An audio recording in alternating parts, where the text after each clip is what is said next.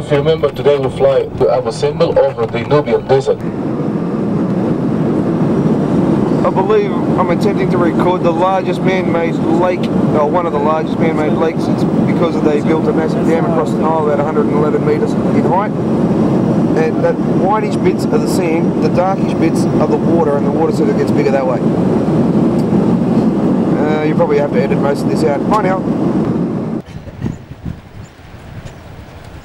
Location of the temple just at the edge of the land. The biggest archaeological projects in the 20th century, that when they saved the temple, which took 4 years. So the name of this land, Nubit, which is 4,000 years old.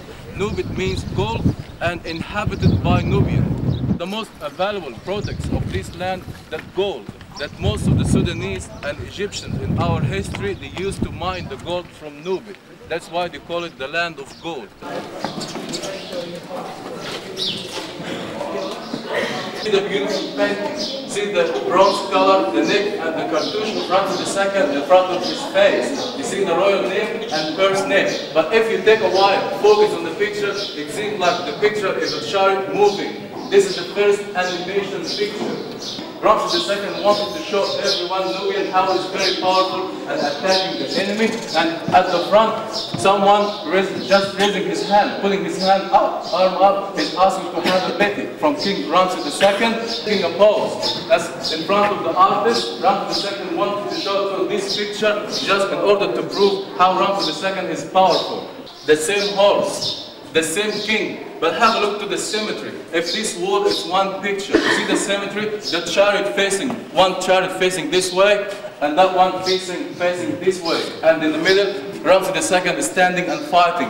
But have a look to the artist, how he succeeded to improve himself and to show the difference between the horse and the proportion of the horse on this picture and on the other one. Can you tell me the difference? Yes, coming back from the war, he won the war, he conquered his enemy. That's why you see the horse just relaxed. And have a look to Ramses II, he's just relaxed and just coming back from the war. Well, this is a unique sanctuary. We'll never see any statues in all of the ancient Egyptian temples. Traditionally, we didn't have any statues inside the sanctuary. This is a very important room. It is the most sacred area inside the temple. Twice a year, 21st of February, 21st of October, the sun comes step by step, and then go up and focus on these two phases. That's he received the power. And then when you come to see it, we're still celebrating the 21st of February, 21st of October. When you come to see this day, it looks like Ramses II receiving the power from the sun. He's receiving the sun's rays and comes to his mouth, and he's reflecting back the sun's rays to everyone, to the ordinary people. And Hatshepsut. How can we tell? When I see a square with a falcon, this is Hatshepsut. When I see a right angle with a square, this is mine, the Chief of Justice, presented over here. If you remember Ramses II represented himself like a military man, religious man, and God as well. If you go to this temple, you see Ramses II in different figures, different pictures. Ramses II, a very romantic man. This man who killed lots of his enemies, the most powerful, is very romantic as well. You know what he did? Ramses II, he identified his wife with goddess of love. If you remember in Cairo Museum, when we talked about goddess of love, was a cow horn, Hatu. You remember goddess of love? Have a look to the woman or the feminine body just in between Ramses II's statue. Can you see the feminine body, the earring and the cow horn? She's goddess of love. You remember? Actually, she is Nefertari.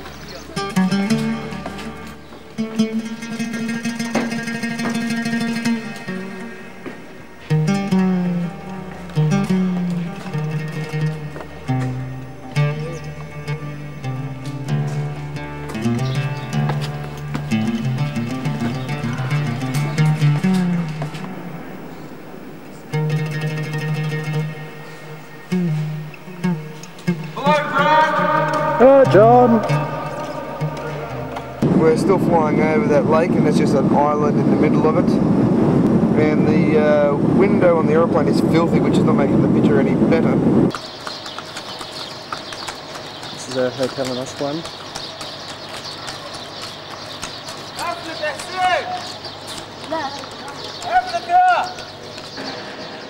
When we are here in Luxor, it was the center or the capital of the new kingdom. The history of Luxor started at 1500 before Christ. It's more than 1,000 tombs in this mountain, and still more than 1,000 tombs unrevealed yet. So this is a very rich area for excavations.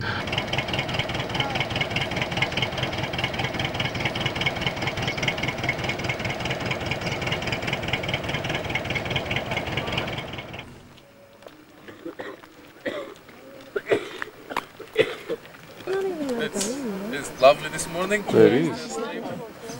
So we still have time to go back early. Time for the pool to sleep as well. Well, this area just recently known as Deir el-Bahari. This is the name of the whole area. Deir el-Bahari means Northern Monastery. Monastery used by the Christians in the 7th century. So Amun-Ra, we know that it's always human body, human face, and 2 long feathers on the head. Right? So when he came to visit Hatshepsut's mother, he took a form of a pharaoh. It's a very unique picture in the temple. Can you see Hatshepsut's mother? When she's pregnant? So this is the 3rd picture just to prove that the divine birth. So she's going to deliver a baby, the baby going to be Hatshepsut. So Hatshepsut, she's going to be the daughter of Amun-Ra and half a goddess. That's why she will represent her father in Egypt. Hatshepsut, when she was a baby, suckling the milk from the goddess of love. And you see it? Later on, the ancient Egyptians, they put their name inside this circle sign, and that's why it became oval shape. Just the lower register, you can see what we call the solar winged disc, which is on the back of the t-shirt. Can you see it? The solar winged disc, it's the sun disc, the cobra, and the wings of the falcon Horus. Make the charcoal out of timber first, then you Yeah, sit down and hold this and take a photo.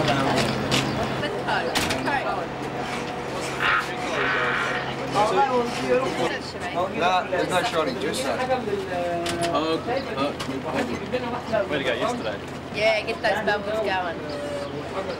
It's like pulling a cane. Oh, yeah. The professional guy. Tastes exactly the same as my grandfather's brew. I like to make it accurate. Why?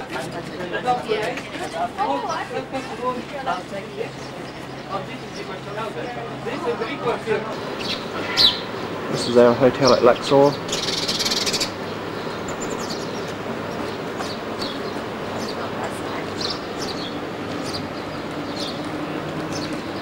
Pick the small swimming pool.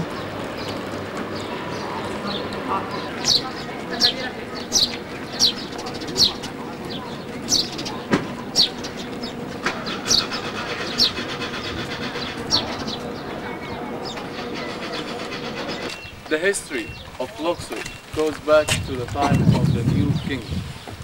If you remember that when we said that the 30th dynasty, they started at 3000 before Christ and ended at 300 before Christ. The old kingdom centered in Giza, the new kingdom centered here in Luxor.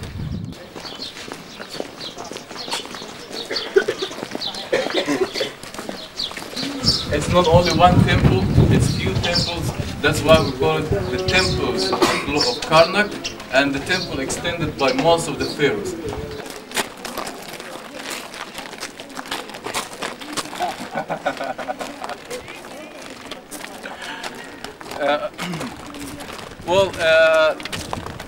Have a look to this tower, which is almost around 46 meters high.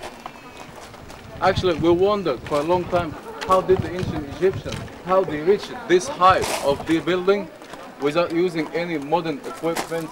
Actually, this pylon, which is the last tower, the newest part of the temple, was built by the last pharaoh, never finished. That's why we found the mud bricks in front of the tower. The ramp ways going the whole way up to the 46 meters to the height of this tower.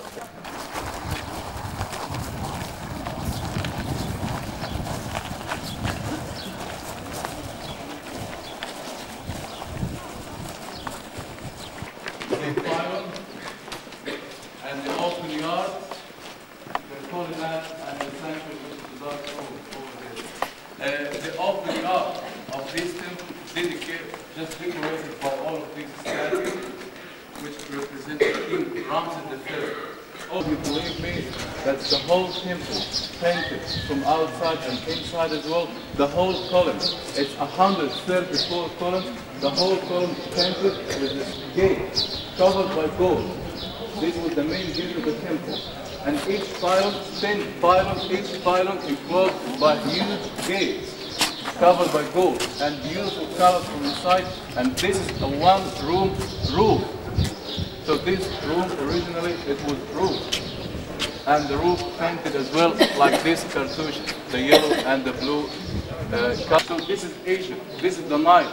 If you remember the Nile running just on one coast and flood from the south to the north. So if we imagine ourselves, this is the middle of the river, so this is the course of the river on the river banks. It's the highest standing obelisk in Egypt, which is more than 27 meters high, one single piece of granite. It's one rock, 300 tons, weight 300 tons. It's the largest, biggest stone ever handled by the ancient Egyptian. So this pointed top covered by gold and silver, 80% gold and 20% silver, in order to reflect the sun's rays. He is the fertility god. That's why painted black, and if you remember the black, it's the name of Egypt, and also this is the fertility color. This is the color of mud and the press from the Nile. And you know who's in the middle? Hatshepsut, the husband who hated the memory of his wife. He came to the temple and he chiseled very carefully the figure of Queen Hatshepsut, and even the cartouche. See the cartouche? He destroyed all the cartouche, so she's dead forever.